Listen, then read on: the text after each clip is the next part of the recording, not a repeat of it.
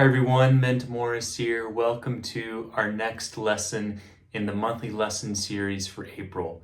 We're taking a look at the Jimmy Bryant tune, The Night Rider. In this lesson, I'll cover the first solo break. The first solo break of The Night Rider departs from the rhythm changes. We begin our chord progression on a B flat 7, and we'll take this B flat 7 down resolving 5 chords. We'll start with our B flat 7 Freddie Green chord grip here.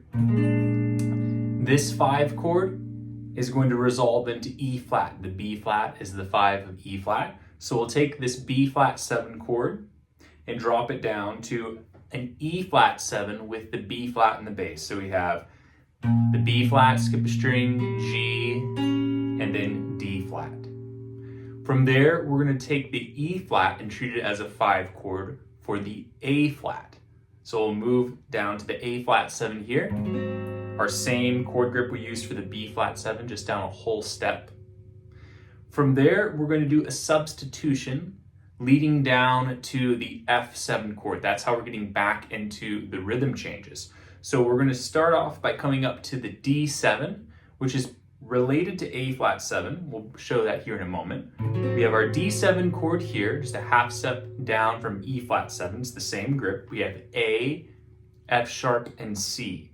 So we have, comparing the D7 to the A flat 7, basically the same chord, except the A is part of the D7, the A flat is part of the A flat 7. But the F sharp or G flat is the same note in both chords, and then the C is the same note in both chords.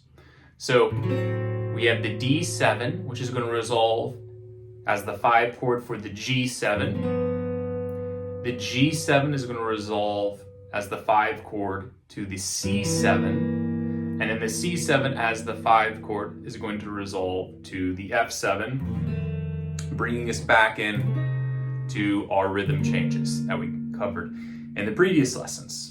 So what we have here is 2 bars of B flat 7 to the E flat 7, A flat 7, and then D, G, C, F, back to B flat. That is the rhythm set underneath the solo. So to start off the solo, we'll be working out of our B flat chord up at the 13th and 15th frets. This is like a B flat chord in the A shape. We're going to take a look though now at the triad on the 4th, 3rd, and 2nd strings. And then we're going to make this a 7th chord. So we have a B flat 7th. And then nearby we have a B flat 7 with the added 9 right here. So our first phrase is going to sound like this.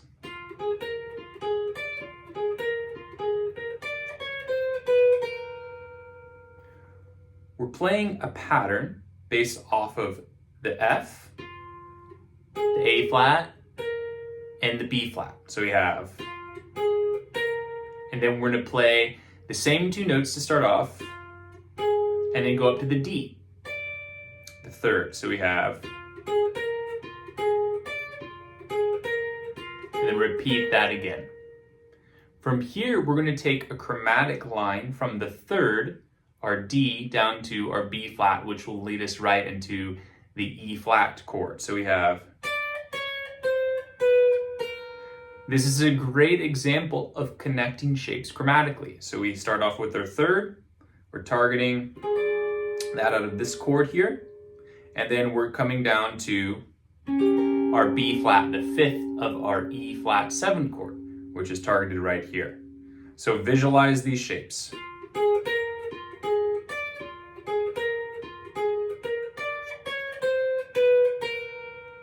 From here, we're going to play out of our E flat 7 chord. So we have this phrase.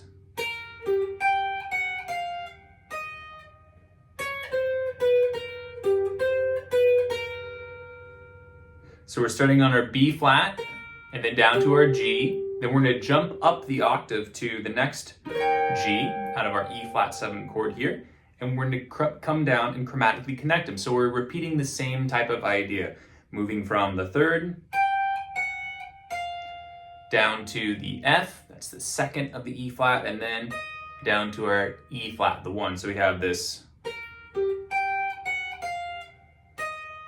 We'll pick up the line on the flat 7. So we're just chromatically connecting the flat 7 to the B flat. So D flat to B flat. So we have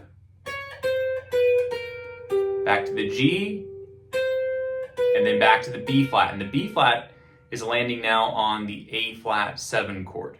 So we can see a lot of what Jimmy Bryant is doing here is working out of these simple triad and 7th chord grips, and then connecting them chromatically, looking for just a pathway between the chords.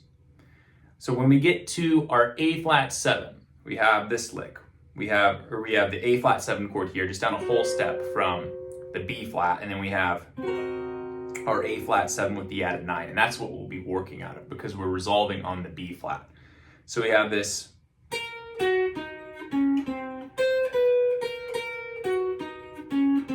as our A flat 7 lick. So what we're doing here is working down the A flat 7, the added 9 arpeggio. So we start on the B flat, that's the 9, down to the G flat, that's the flat 7, down to the E flat, that's the 5th, D flat, the 4th, and then we have our C, that's the 3rd. So again, just working out of this arpeggio here. And then we're gonna jump back up the octave, repeat, and bring it right back down. So he likes to do some octave jumps. We saw that on the E flat 7 chord, so that's another idea you can take from this. So again, we have for the A flat 7, we're just working out of this arpeggio.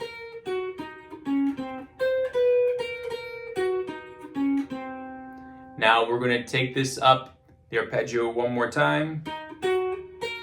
So we're just now connecting E flat, G flat, and B flat.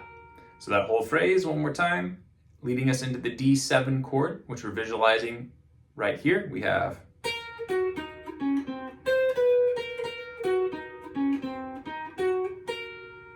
now we're going to drop down into this D or D7, which will be worked out of this chord here, this triad, or this dominant 7th grip, if you would like to see it like that, into our G or G9. So we have this for the quick D to G, the 2 resolving 5 chords. So we're working down this D triad to the B, the 3rd of G. So that's just A, F sharp, D, C, B, jump back up to the A, and then we're going to approach the flat 7th of the G7, E to F.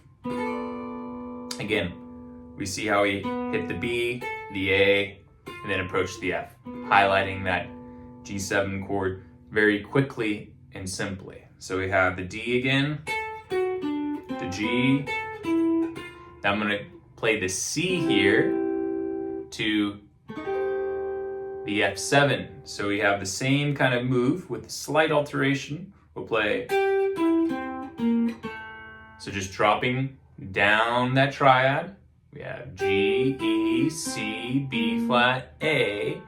And then as we come back up, we're gonna play the A, C, E flat, and G. So just coming right back up the F7 triad to land us into our B flat, the melody again.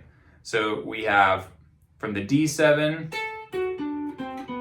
G7, C7, F7, and then landing on our B flat.